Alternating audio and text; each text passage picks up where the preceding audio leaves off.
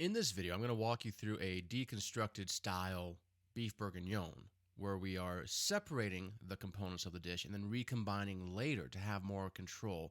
And we're going to shoot this through the lens of the F-step process to give you a deeper understanding. So we start by removing the silver skin, just like we have in our past braising videos. The silver skin is a tough piece of connective tissue that's not going to break down during our braising process. Now here I have a cast iron pan that's raging hot. As you can see, my oil is smoking immediately as I put it in. So I want to be fast about this. I don't want to just let my oil smoke away. I want to get my short ribs in the pan. Now the reason why we're using the cast iron pan is because it can retain a lot of heat, which is going to give us a nice even sear. So we're going to sear the short ribs all the way around until they have a nice hard dark brown crust on them. Now the reason why we sear the meat is because brown meat tastes more yummy than unbrowned meat. Now once the short ribs are done browning, we're going to set those aside and start to brown our mirepoix, which is carrots, celery, and onions. And we have this in a small dice because the more surface area you have, the more flavor extraction you're going to get.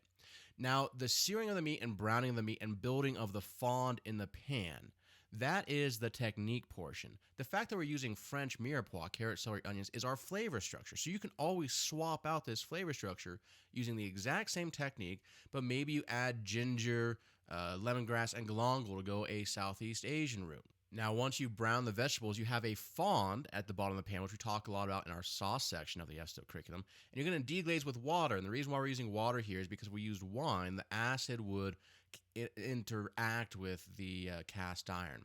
So once we've reduced off most of the water, we're going to transfer this mirepoix to a different container, a different pot. We're going to make a vegetable stock using that mirepoix and some red wine. That's just going to be for our marinade. In the meantime, while I'm waiting for that to simmer, I'm going to wrap the short ribs in cheesecloth. And this is an optional step, but you'll see later on when we pull these from the bag after they've been braised, you're going to have a lot of stuff sticking to it. And so if we didn't have the cheesecloth here, we would just have to peel all that fine diced aromatics off of our short rib. So set those aside. We're going to go check our stock here. So again, we are making a vegetable stock. Don't overthink this, but instead of using water, we're using red wine. And we're going to simmer this for 45 to 60 minutes because that's how long we cook vegetable stocks for. And I'm going to reduce a little bit just to concentrate the flavor.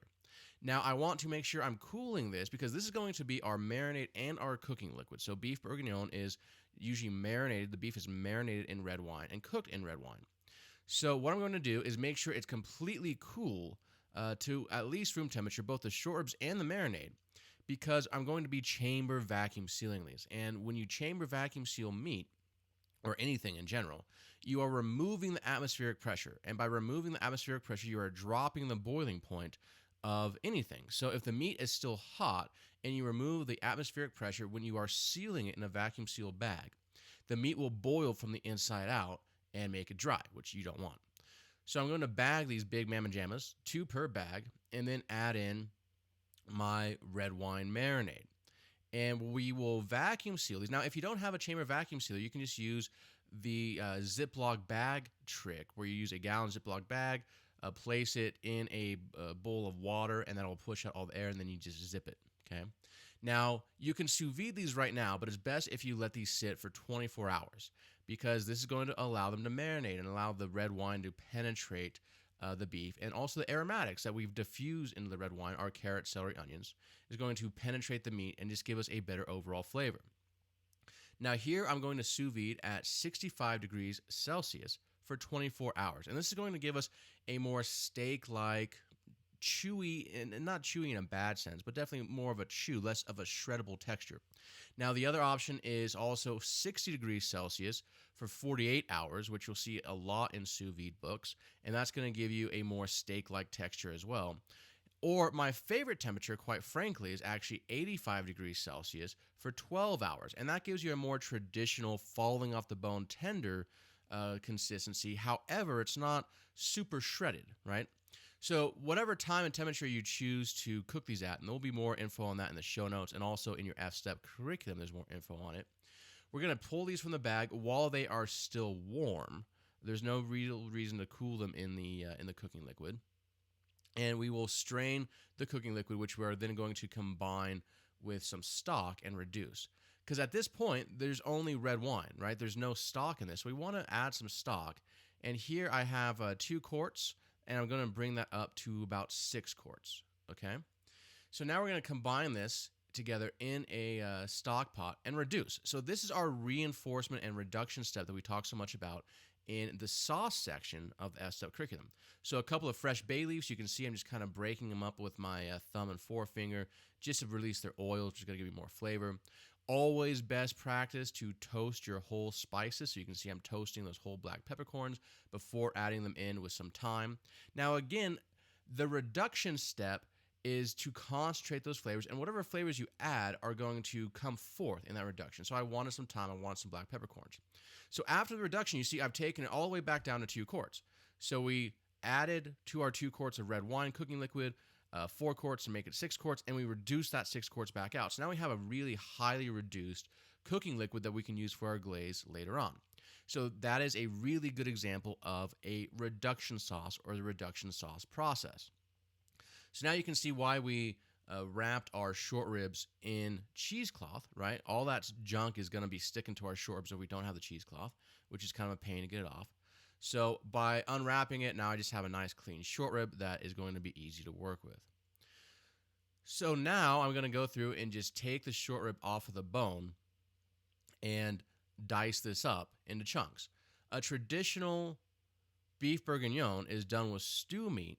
And if you start with chunks of stew meat instead of cooking large portions of the meat, you're going to have more surface area in which moisture can evaporate.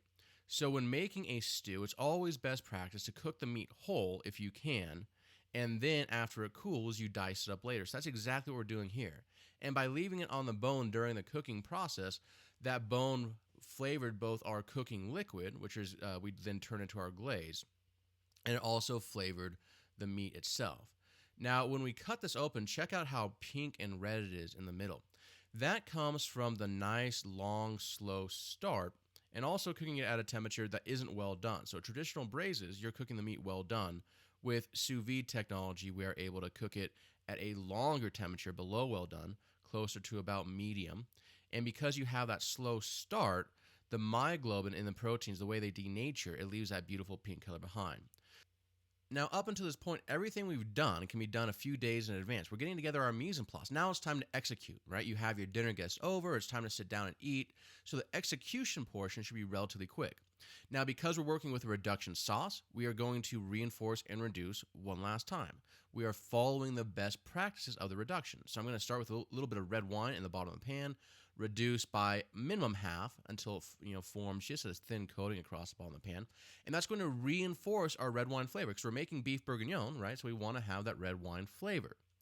Couple ladlefuls of our reduced braising liquid, which is the reinforcement and reduction step in our reduction sauce process. And in goes our short rib meat. Now at this point, what you're going to do is reduce by about half while stirring the short rib meat around, and this is going to heat the short rib through and give you a chance to add some final seasoning. So I like a little bit of Dijon. You can check for acid, which you'll probably definitely want.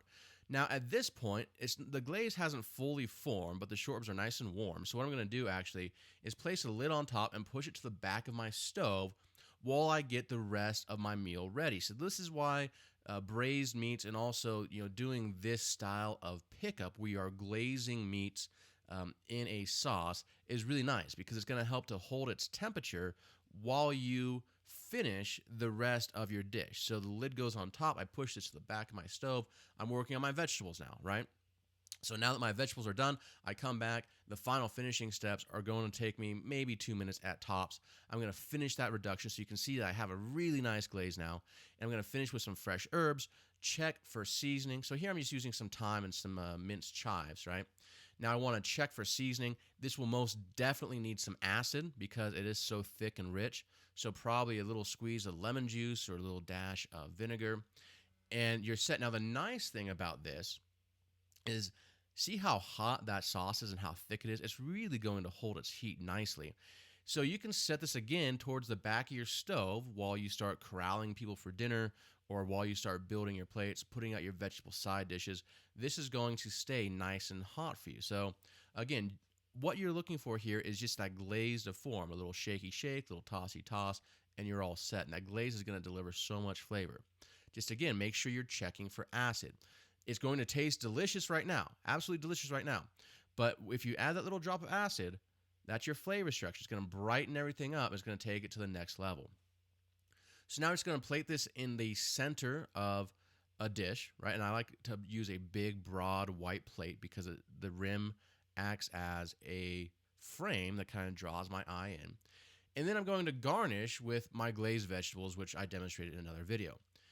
Now, because we do it like this, we are separating the two components. Think for a second if we had done the traditional method where we cook the vegetables with the meat and we glaze the vegetables with the meat. The vegetables are going to lose their pop and they're not going to have a distinct flavor. So now that we've glazed the vegetables separately and we put them on top, you can see here as I start to garnish with those vegetables, it's going to give you a much nicer visual pop. Okay, so we have the beautifully glazed carrots, little pearl red onions. So this is just another higher end presentation for our beef bourguignon. Garnished with a little bit of arugula, which is nice because it's a green, but it's also peppery. You dress it in some oil. And look how beautiful that dish is. All the flavors of beef bourguignon. But because we separated the components and we recombined them later on, we had a lot more control over those individual components, and it gave us a beautiful dish that was easy to execute and extremely high quality. That's the F-Step curriculum at work.